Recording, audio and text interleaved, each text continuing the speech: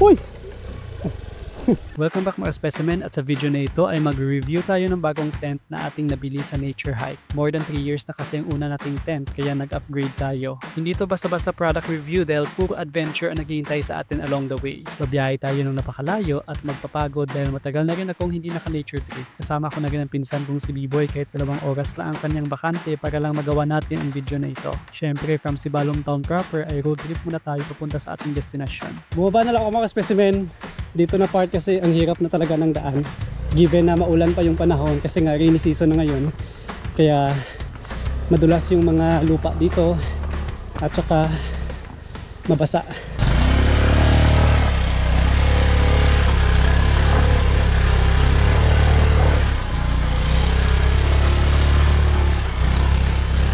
Sobrang hirap ng sitwasyon ng daan dito papuntang Badas, Sibalom mga specimen. Napagod ako sa kaka-hiking dito.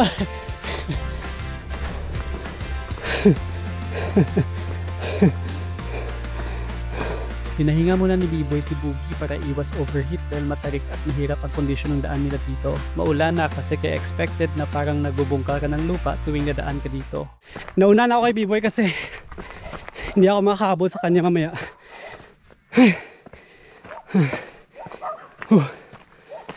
Tinetest talaga yung ating cardio dito. Yung ating stamina. Daming aso.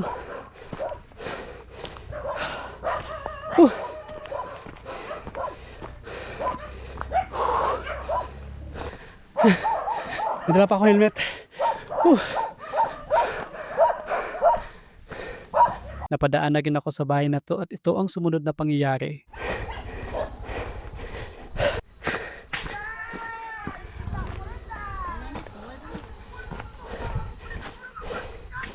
Boy! Boy! Ano kaya ang nangyayari dun mga specimen? Oops! Taas!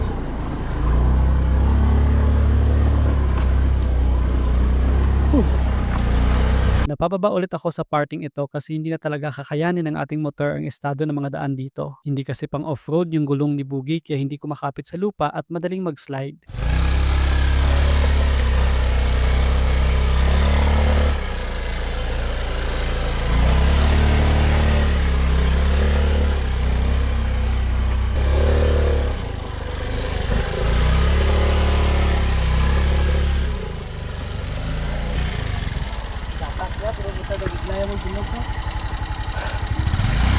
Okay.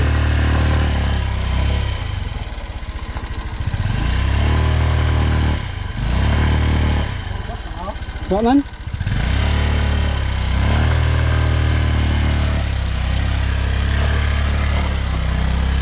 Oops. Tulis mo lang. Basa, basa, basa. Go. Opa. Oops. Basa, basa.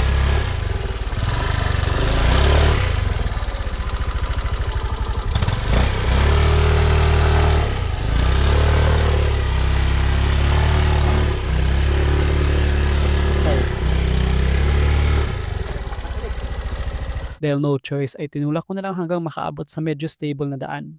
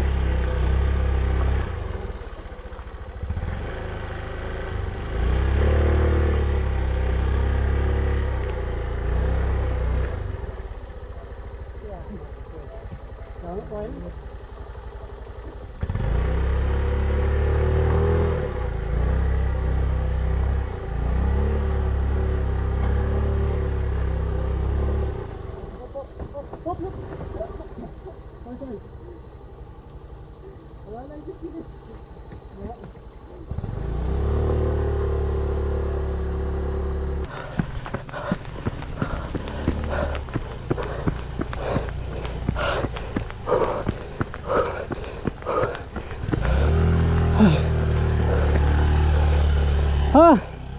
Woo! Thanks God. Grabe.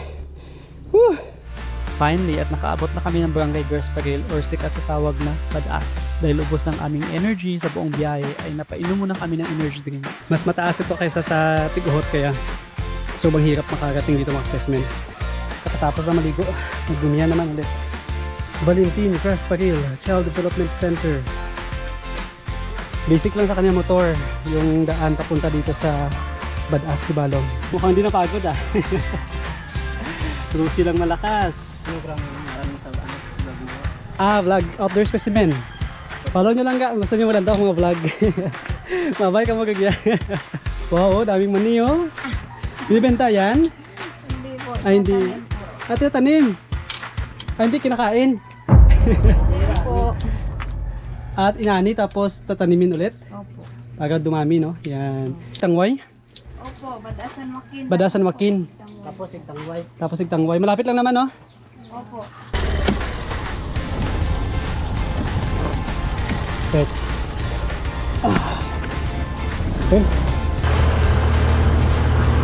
Punta na kami ng mga specimen sa Sitio Itangway.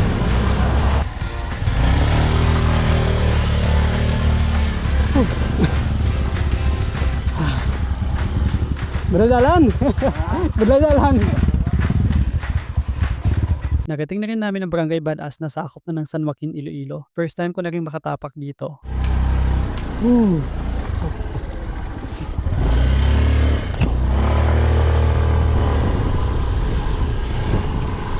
Badass Elementary School.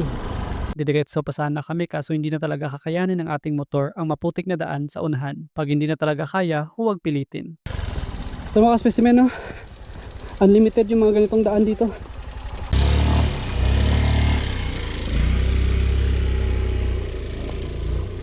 Hindi na talaga namin kayang idiretso yung motor dito mga specimen kasi nga sobrang hirap talaga ng daan.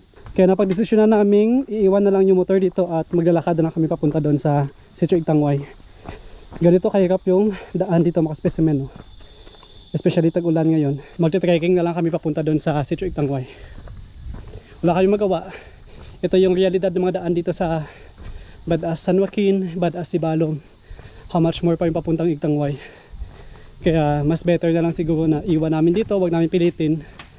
At saka maglalakad na lang kami papunta doon sa aming destination. Morning! Say hi sa vlog ma'am! Joy ko ka tudlo? Oo, Tagalilo kagali? San Joaquin Lilo na nagali no? sa Makin. Di ka mo kapuli bay? Sa Banwa, sa may... San Joaquin gid? Gid. Ay, gabi dalan no? Gani budlay, kag ginagani nagilis ako kay nakapantalon mo, ina puro lao. Ay, Diyos ko. Lagi ka ma'am. Oo, duwa na ka ruta sa inside dyan ka sa Roma maagi or sa Igdidico. Oh, Di nang worst kaway. drug Budlay. yan.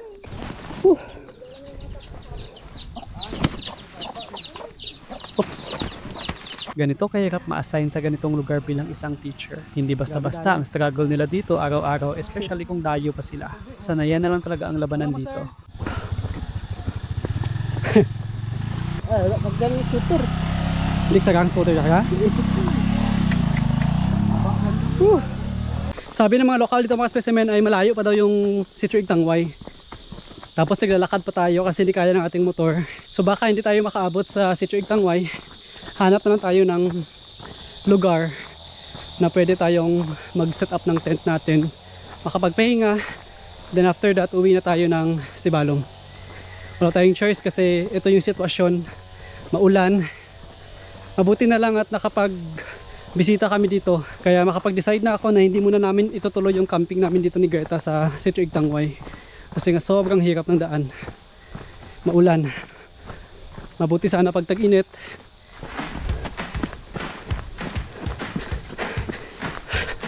Aswas. Hilgan.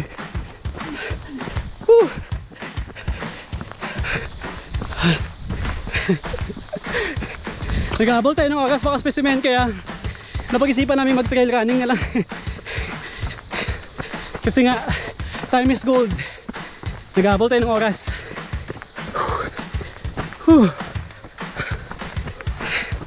Grabe. Galing tayo sa pagmamotor, nag-trek, tapos ngayon trail running.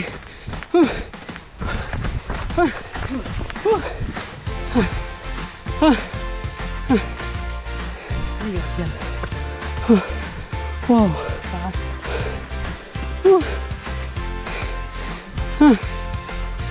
Yung pahinga namin yung lakad lang. Ganito kahirap pumunta ng Sitio Igtangway.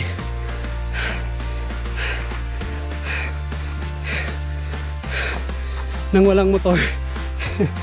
Tubig Tangway ah. Woo! Ah!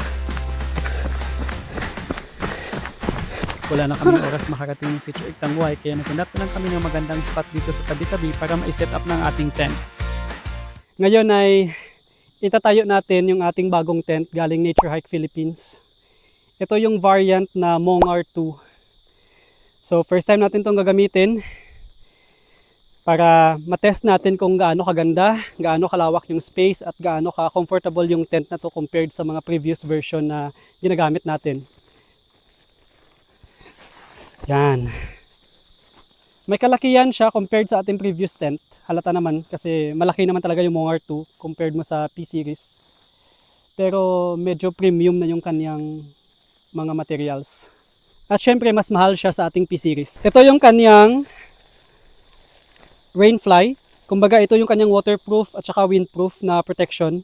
Tapos ito yung kanyang mga materials sa loob. So kasama yung mat, 'di ba? Meron siyang mat. Ito yung nilalagay natin sa ilalim or natawag natin itong ground sheet para hindi siya mabasa yung ating tent. Tapos meron siyang mga lubid at saka yung pegs. At ito naman yung kanyang tent pole. Ito yung structure ng tent para tumayo siya. Okay, set up natin. Ito yung tent body. So ito na yung kanyang ground sheet. Next natin na yung structure o yung tawag nating tent pole. Ito yung magsisilbing skeleton ng ating bagong tent. Yan. Iba na yung design nito compared sa ating unang tent. Kaya super excited na akong makita. Yan.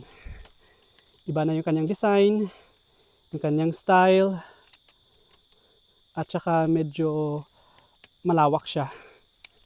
Yung kanyang style parang buto ng isda, fishbone.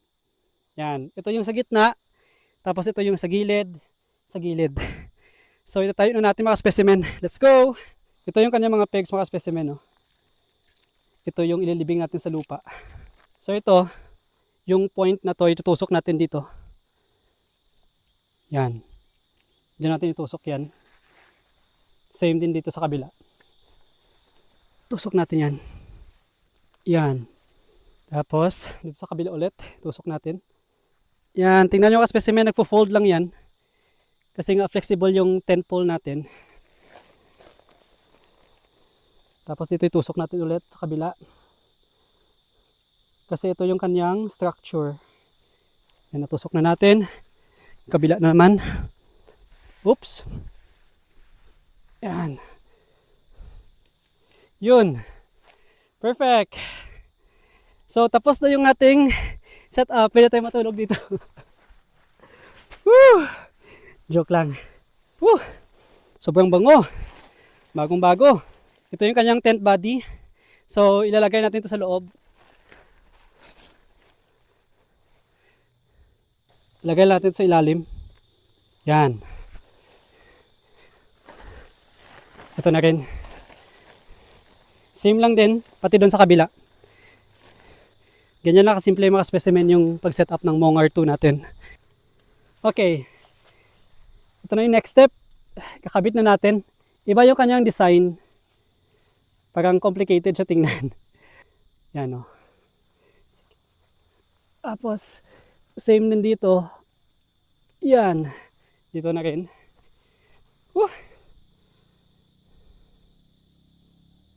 Yan. Ubusin natin dito. Pati dito sa taas. Ubusin natin. Ito yung maganda. Ito yung nagpapalawak sa space. Yung dito sa gitna. Yan o. Tapos, dito na lang last sa kabila. Yan na, tanan! Ganyan kalawak ang Mongar 2 ng nature hike. Yung next natin gagawin ay i-pegs natin sila, yung mga dulo, gamit itong mga stakes or pegs natin para hindi ito mataboy ng hangin in case na lumakas. Kaya ibaon natin sa lupa para secure siya. Yan. Dapat nakabaon yan lahat. Pati ito, both sides yan, lahat ng sides ay nakabaon. Yan. So tingnan natin yung kaspecimen yung loob ng tent. Para makita nyo kung gaano ito kalawak. Ito yung kanyang pintuan. So may dalawa siyang pintuan magkabilaan. Tapos ganito kalawak. Yan. So pwede mo siyang i-fold yung kanyang pintuan dito. I-fold mo siya. Yan. Tingnan nyo. Ganito lang naman mag-fold. Tapos i-lock nyo. Yan. Okay. Ganyan lang naman kasimple mga specimen. Ganito kalawak ang ating nature hike. Meron tayong bulsa dito. Diba? May bulsa sa gilid. May bulsa din dyan sa kabila. Tapos yung maganda dito mga specimen, yung kanyang upgrade ay meron siyang parang bulsa dito sa taas. Pwedeng paglagyan ng extra na gamit. Kapag wala kang mahangiran, dito mo lalagay. Ilalagay natin yung kanyang rainfly kasi nga umuulan na. Ito na yung final stage mga specimen. Yung kanyang rainfly para protektado tayo sa ulan at saka sa init. At syempre sa hangin.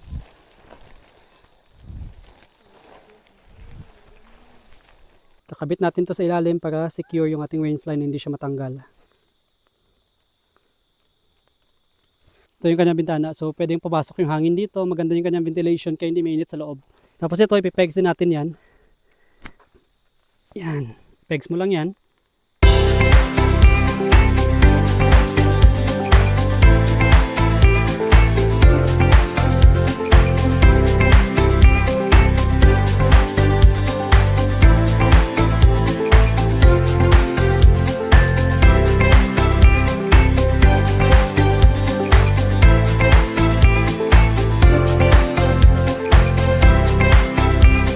Matapos may isagawa ang aming pakay sa adventure na ito ay may isang problema ulit kaming dapat harapin, ang bumalik.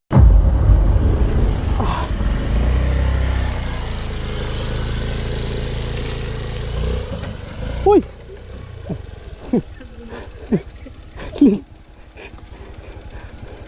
Patsalang eh, patsalang. Patsalang.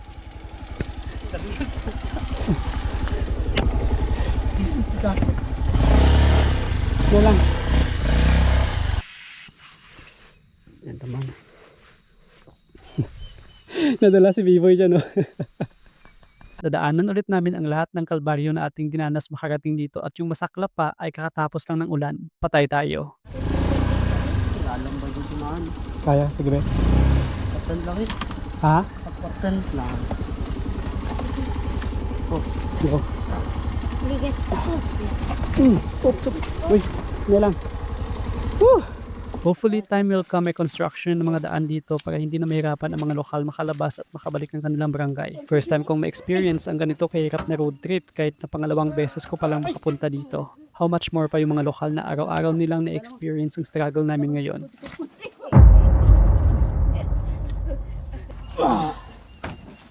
Dali mo gid.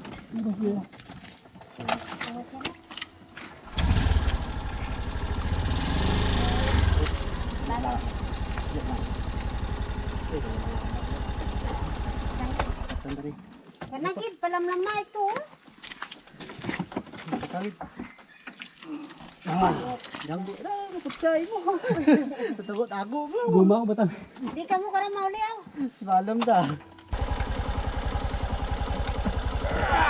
Kahit ganito ang sitwasyon nila ay hindi ito naging hadlang sa pagiging mabait at matulungin ng mga lokal dito sa kanilang bisita.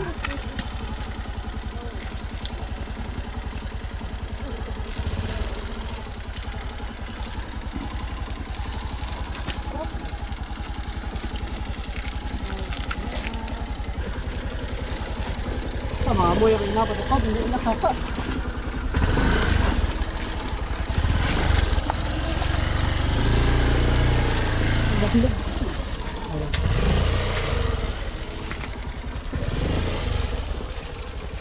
Si Robert, gabligya ang cassava cake. Yan. Bibili natin yan lahat. Let's go. Tinulungan tayo mga specimen ni na Robert kanina sa motor. Tapos nagbebenta sila ng cassava cake. So, inuna nila na tulungan kami kaysa magbenta.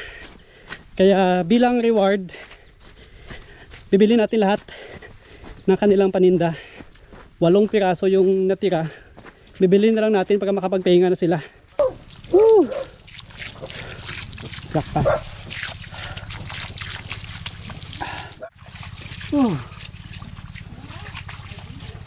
Hindi lang.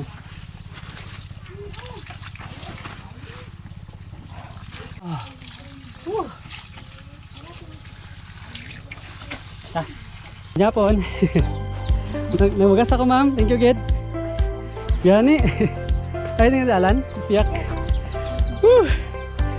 Diba adventure nga dyan. Wala yung banwa. Kung kami alin sa tangway mo. Kami klabot to eh. Buday dalan. Balik lama kami. Thank you na. At kung tatanungin niyo ako if ever babalik ako dito, ay syempre babalikan talaga basta sa tag-init. Nauna na si B-Boy daw mga specimen. Baka kanina pa naghintay din sa ilalim. Nagugas pa kasi ako kasi sobrang putik na.